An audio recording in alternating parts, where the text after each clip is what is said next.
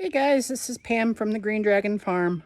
I'm about to go out and look at my garden. It rained yesterday and last night, and things look like they're growing and maybe blooming and stuff. So, yay.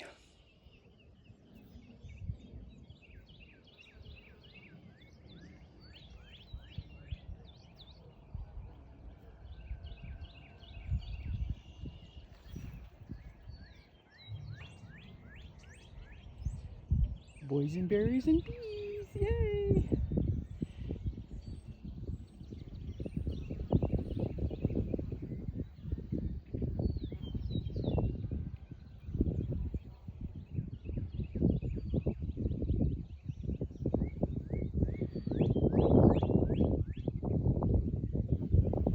And even a flutterby.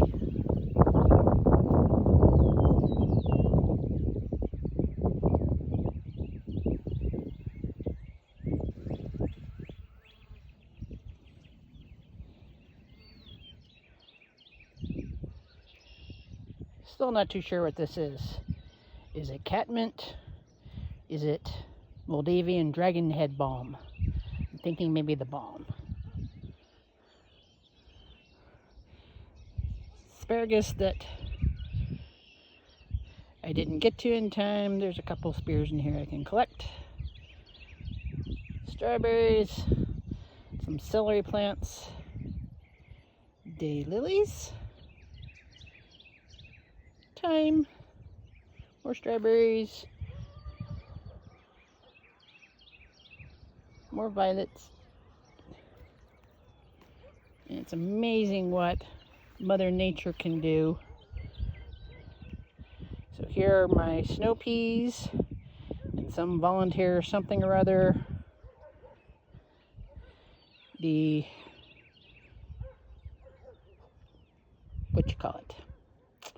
Celery. This is heading lettuce.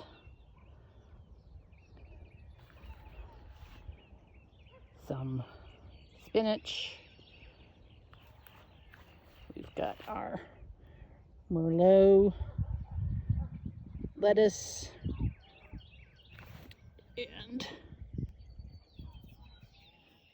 the ubiquitous weed.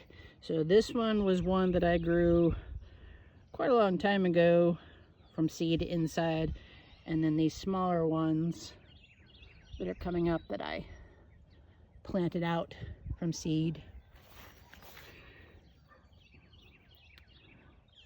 Carrots, and I use the square foot gardening method. This is a old piece of cattle panel that I had used for trellis once upon a time that somebody's cat was getting in here and digging into it, so I decided to put this over it. So far I haven't needed to go over here. And then some multi-sown a la Charles Dowding turnips for my mom, certainly not for me. Not a fan of turnips. These are sweet peas that may or may not do anything. Maybe a little late. And then there's some more snow peas snow peas. One of my witch hazel. Two more of my witch hazel. Apple tree seedling. That is a wild plum. That is not leafing out yet, but I'm going to give it a little bit longer. Elderberry, I cut down all the big fronds. There's a couple things. There's always some critter in here who wants to dead. This may actually be wind damage, but there's enough of it in here. I just yank it out, and it does just fine.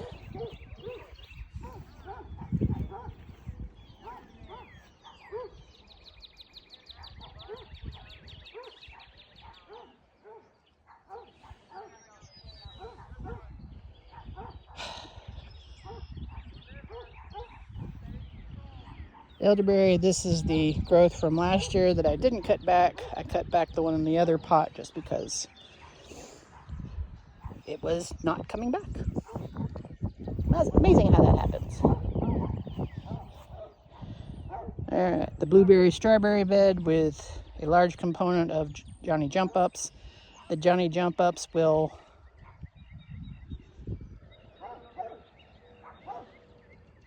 be pulled out as soon as they stop flowering so vociferously. At least that's what I tell myself. This is the brand new blueberry. Its variety is called Premier. And I probably should go ahead and take off all these little flower buds, but I just want to see what's going on with it. I found out that that one is actually a rabbit eye variety that will not cross-pollinate with my Blu-ray or my, come around here, or with my kablooey. So darn, I'll have to buy another blueberry next year. But that one has already pretty much been cross-pollinated at the nursery. Possibly. We'll find out. Comfrey, it's already starting to put out flower buds. What I'll do with that is once they're through flowering, I'll cut it really cut it back hard, and chop and drop or make some comfrey tea out of it for fertilizing. This is my stiletto rose, which is looking kind of iffy right now, but I leave it in there. I think part of the problem is that the base is above ground. I may try throwing some soil over it. The lavender that I transplanted from over in that bed in that corner that was getting squeezed out seems to be doing fine. Hasn't died. That's my number one. And I'm glad to see there's a borage seedling coming up. I've got a couple that I grew from seed inside. These are black-eyed Susans that I never worry about them. And this is that drift rose that I've had forever that keeps coming back stronger and stronger. Same thing. More black-eyed Susans. The sage that I cut way back, that's coming back nicely. Creeping thyme, regular thyme in the middle of that. The bee balm. Some garlic chives. Mint. They're coming back, and the lemon balm that's right there in the center of that bigger thing. That's a mint that I got from a nursery that I put in here to kind of repopulate a section that I think had a little bit of transplant shock, but we'll see. And I hope you all can hear me, because so I am definitely a convert to the covering my brassicas ideology, because these guys are doing much better under here than they were doing out and about. I think it's probability of the fact that this is kind of a dark color. It's shading them out, making the soil cooler. You can actually feel the difference. But they seem to be doing quite nicely. So I'll let them stay under here a while longer until they start outgrowing the height of these tunnels, and I'll put shade cloth over the top. These are sugar snap peas that I put in a few days ago. They're coming up nicely. Here's why I don't worry about Johnny Jump Ups ever becoming scarce. And these are some bunching onions that this is the second year they've been in here and flowering. And the bees do tend to appreciate it. Hello, you. Sup? What's up?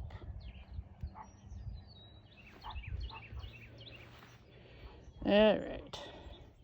And it's hyssop that's growing back very nicely. Some more of that, I think, Moldavian dragon balm. The, what was that stuff? I can never remember the name. It's related to hollyhocks. Mystic Merlin's the name of the thing. Malva. There we go. I knew it was an M word. Alright, so this is my Twilight Zone rose, the one that I grew from cuttings. This part's not doing so hot.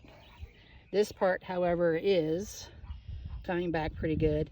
And since this was a rose from cuttings, I'm gonna assume that it's okay because there's no rootstock that it was grafted to or anything like that. So I know from tippy toe to the roots, it's all Twilight Zone rose.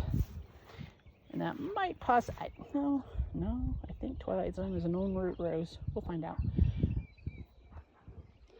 The little maiden blush tree that apple tree that I transplanted over here. As you can see, it flowered quite nicely, considering it was a first year. Again, I should probably cut some of them off, but I don't want to. I can always tell when it's rained. I mean, duh, but...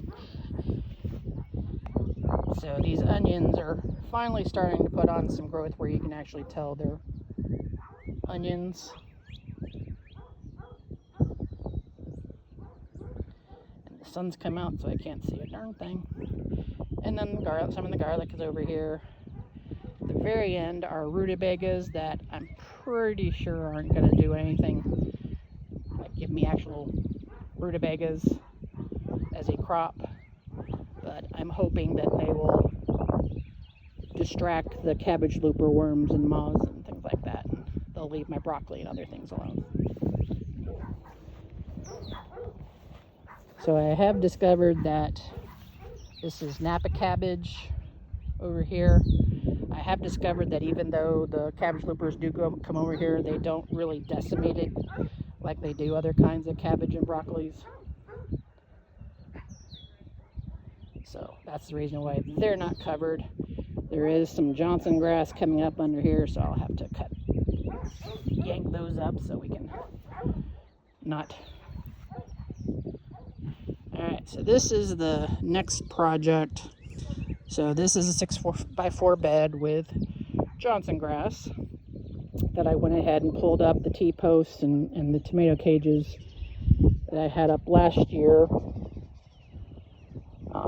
The only thing that I left on purpose was this snapdragon that survived the winter. I go ahead and let them go. And so what I'm going to do, it wasn't too long ago, this was totally weeded. And now there's weeds everywhere. So I've got some soil that I'm going to throw on here to bring up the level, at least by a couple of inches, I hope. And then what I'm going to do, and then there's the twin bed over there that it's level. I'm just going to throw a little compost on top of that. Do the same thing, take out the T-posts and the tomato cages, remove the dead plants and weeds and grass and things like that.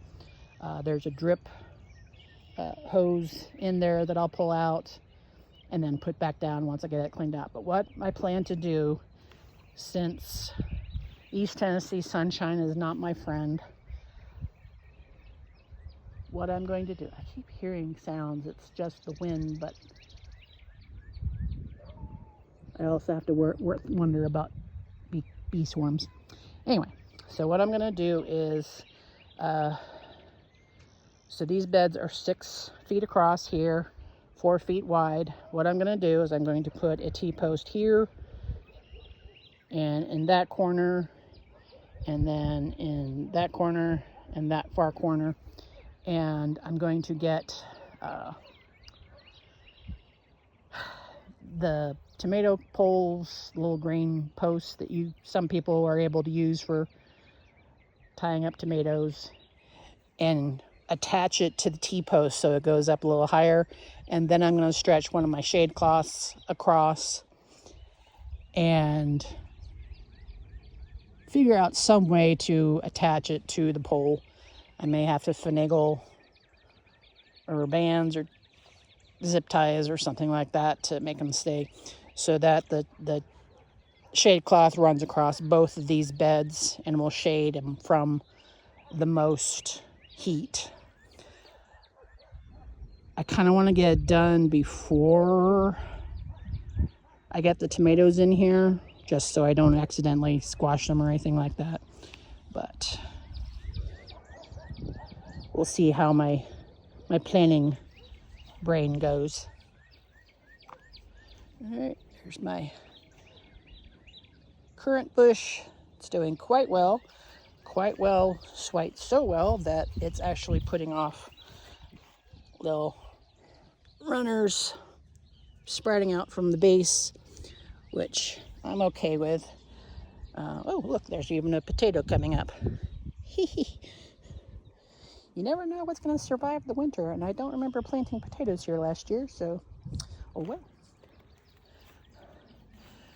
So I'm attempting to root some cuttings from my grapevines. This one, as you can see, has a little bit of bud here. The other 4 don't look quite as happy. That one may be trying, but I will leave them here for quite a while and just see what happens, because you never know. Because got a seedless Concord over here, and then there's 2, I believe these are Reliance grapes that I grew from cuttings from my mom and dad's garden. More asparagus. Some dill and/or fennel. It's coming back from seed from last year.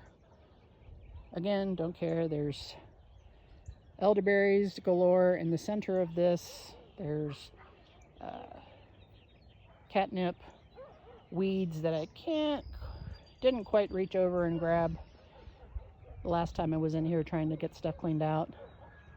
But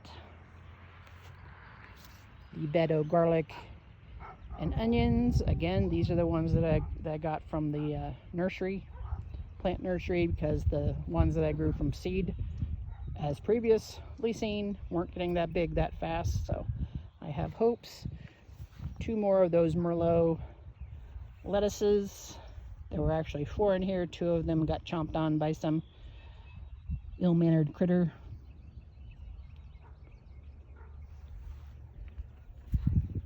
These are my shallots. These are the leftovers of the red candy seedlings that I got from the nursery.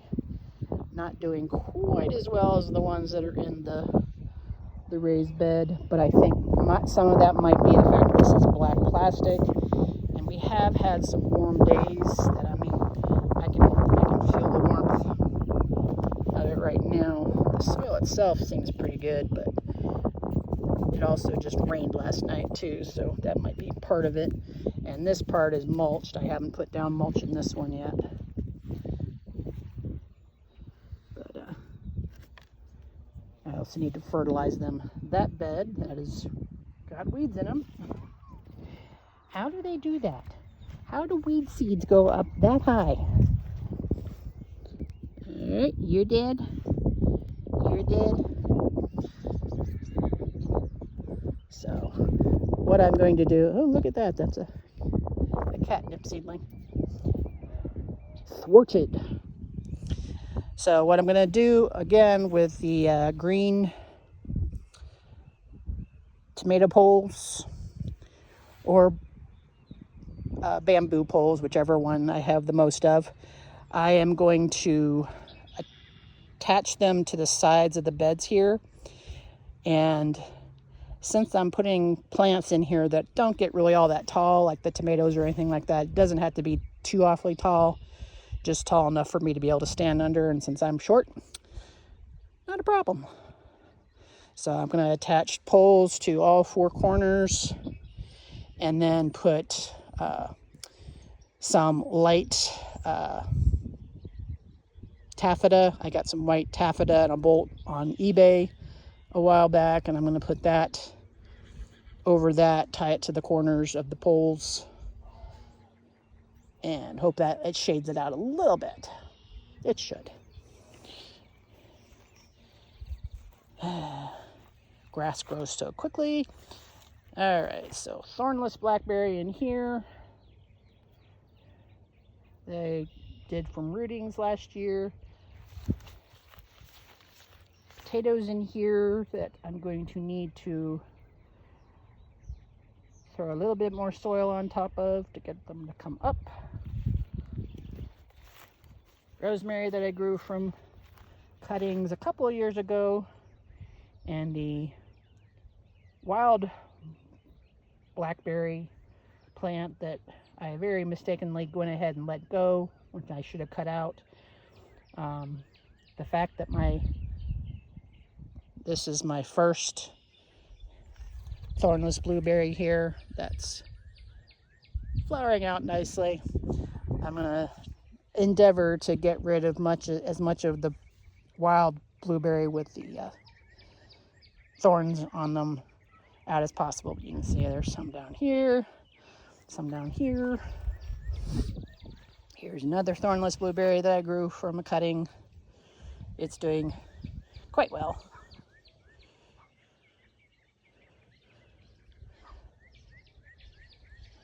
And this is blueberry or blackberry with thorns that's in the process of flowering, so I'm going to let them go, see if I can get any fruit off of them, or at least leave them for the birds, and maybe I'll get some blackberries this year for jam. Vitex has started leafing out. It will start flowering like the end of June, beginning of July, somewhere along in there.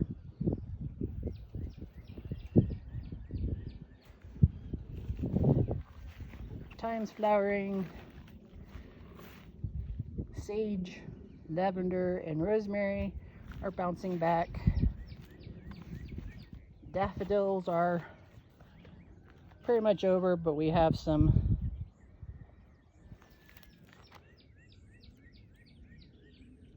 irises coming up in the middle of them. There's the golden marguerite. I started to dig out this butterfly weed, get rid of it, but I saw that it was coming back from the root, so I'm gonna cut back all the dead stuff and just see what it does this year. I may still go ahead and chop it out, put it somewhere else or something like that if it does continue to go, but I'm not as enthralled with butterfly bush as I used to be. I probably like the ones that are the taller ones. This is a dwarf kind that just gets, maybe 3, maybe 4 feet tall. I kind of like the original ones that get, 10 feet tall, but they're also a lot more hardier, so. Seedlings that I put out here to catch rain. Honey frames that I pulled out of the garage a few days ago, and I put out here I rinsed them off on the hose and was letting them dry, and then didn't get them back in time, so they're gonna have to dry off again. I need to put more wood chips down here on this pathway, which really isn't a pathway anymore. It's a garlic chive home. But we've got, that's the other lavender that I transplanted from over there where that sage is. That's the other lavender that I grew from seed. And then there's the big mamma jamma that I cut back. That seems to be doing quite well. More catnip. And then the creeping thyme that is slowly but surely, I threw some bags of soil down here to make up the soil level a little bit better. And as expected, the the creeping time is making a comeback. I cut off all the dead stuff. There's some over there. Ooh, sunshine. And then here's the other herb bed that is in dire need of replacing. The wood sides are breaking down as it went extremely well. This one that's basically folding in half. So hope to get to that sometime this year. So we got the thyme, we've got the rosemary, whole bunch of oregano, more creeping thyme, regular chives, regular thyme, some more of that thinking Moldavian dragonhead balm, and then there's my little grape. That is the, what was that called? It's a muscadine and just regular European table grape cross from Gurney's that I'm giving a try. It's got some clover coming up in the center, which I'm okay with because that'll help with nitrogen fixing. As always, I hope you all can hear me. Alright, so here's one of the apple trees that I grafted last year, transplanted here where one of the wild roses was planted. There's the remaining wild rose that is about to flower. Once it's done flowering, I'll endeavor to get that one out too. This is the kefir pear that I grafted from my parents' tree onto pear rootstock that's been languishing in a pot for too many years, and I finally got to transplant it, thinking, well, I either have to do it or it's going to die. So far it looks like it's going to try and live. Boysenberry patch, complete with bees. Wolf River apple tree that I bought from a nursery last year and planted here. So far it's doing well too. Frankenstein rose, that's probably about 10 feet tall.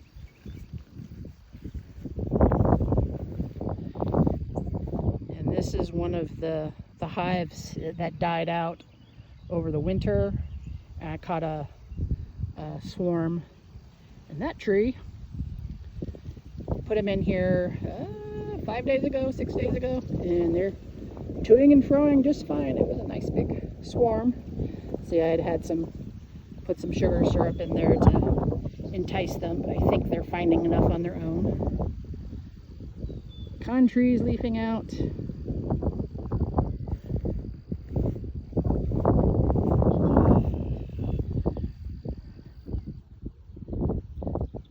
Apple tree, pear tree, pear tree, apple tree. So all the apple trees, fruit trees seem to be doing quite well. Here's my original Twilight Zone rose that looks like it may try and survive. I've been able to come in here. I need to come back and weed whack. But the last time I think you saw this, that was completely obstructed by weeds, so I'm making some headway. I've got the hops a little bit corralled. I still have to get this section over here, get in here with loppers, because you can see it's trying to attach to my climbing rose here. All right, let's snip you right now. Thank you. Go back that way. And there's the comfrey, the other comfrey that's also starting to bloom. And you can see this is the perfume breeze rose that's still putting out so many buds. Yay! Doing my happy dance.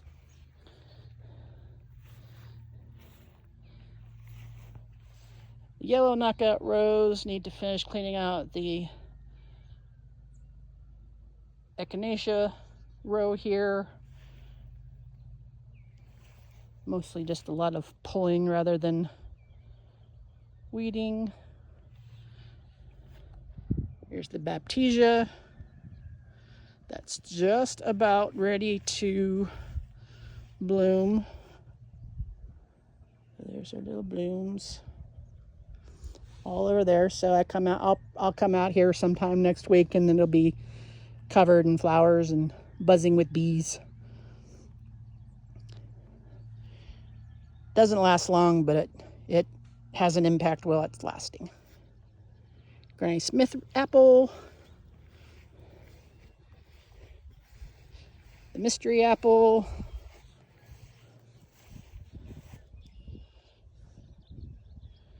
Wish I knew what it was. Look, it even bloomed. Weird apples. Weird, weird, weird. Here's the should be dead, but keeps on persevering. I have managed with this one and the Golden Delicious over here. I took the little rings around and weed whacked. Obviously, I need to do it again. And then I'm going to put up some cardboard, put the rings back around them, and then put some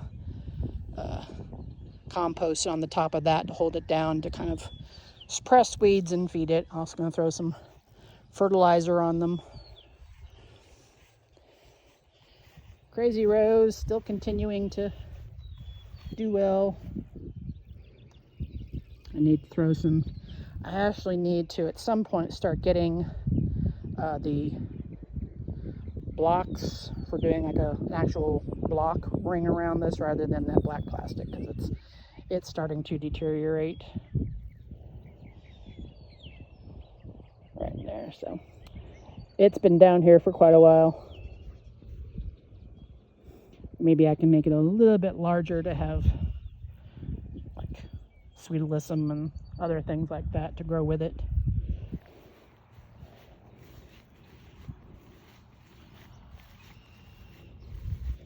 Here's the Chicago hardy fig, which is throwing out some leaves from the base.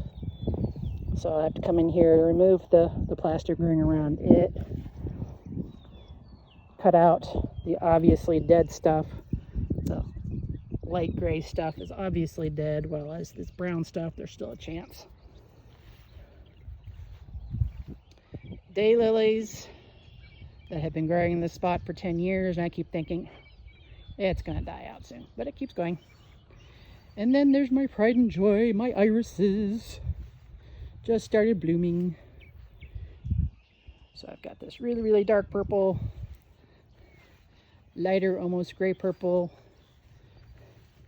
medium purple, and then this kind of peachy apricot color. And then I think these are the Siberian irises, I want to say. They'll come out later. Those are the kind that you grow around a pond, which is why I put it over here closer to the faucet so I could keep it watered. But haven't done so, but they're still going, so yay. All right, and then there's the pile of are they gonna live or not? Ooh, something's leafing out. What are you?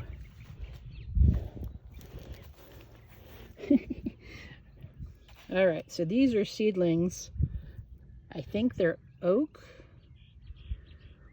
that I found in the raised beds that I was just like, oh, what the heck. And I put them in here, and of all the ones, I would have thought these would have been the ones that died out. But obviously I was wrong. Everything else doesn't look happy. I do need to come in here and get these guys. They may not be getting enough rain over here, because this is the east side of the house. The rain usually comes from the west. So I'll have to get my hose splitter back together and get all the hoses back together. Those are the rings that came from those apple trees. All this is cleaned out a little bit, but still, it's only been a few days. I'll have to come back and do it again. Okay guys, so impromptu, hopefully quick of everything. I don't know how long this is going to be. I'll go in and start editing. So possibly this is the end. Possibly I have to do 2 parts again. But mostly just wanted to show you how quickly things change in your garden. So you go out, you know, first thing in early spring and you think, oh, everything's dead. And then you turn around and it comes back. Hello, little whirligigs. All right, well, everyone have a great one, and I'll see you in May. Bye.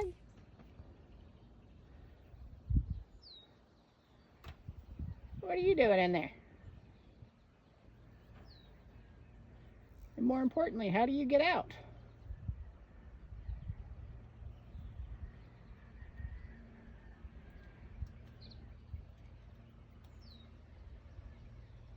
Are you taking a nap or are you dead?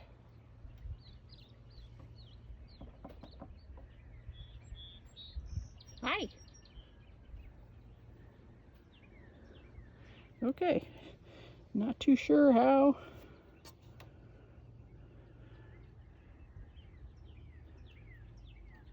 Not too sure how he could be down something like that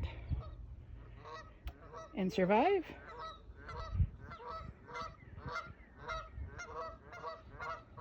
All right. Guess it's better not to wonder.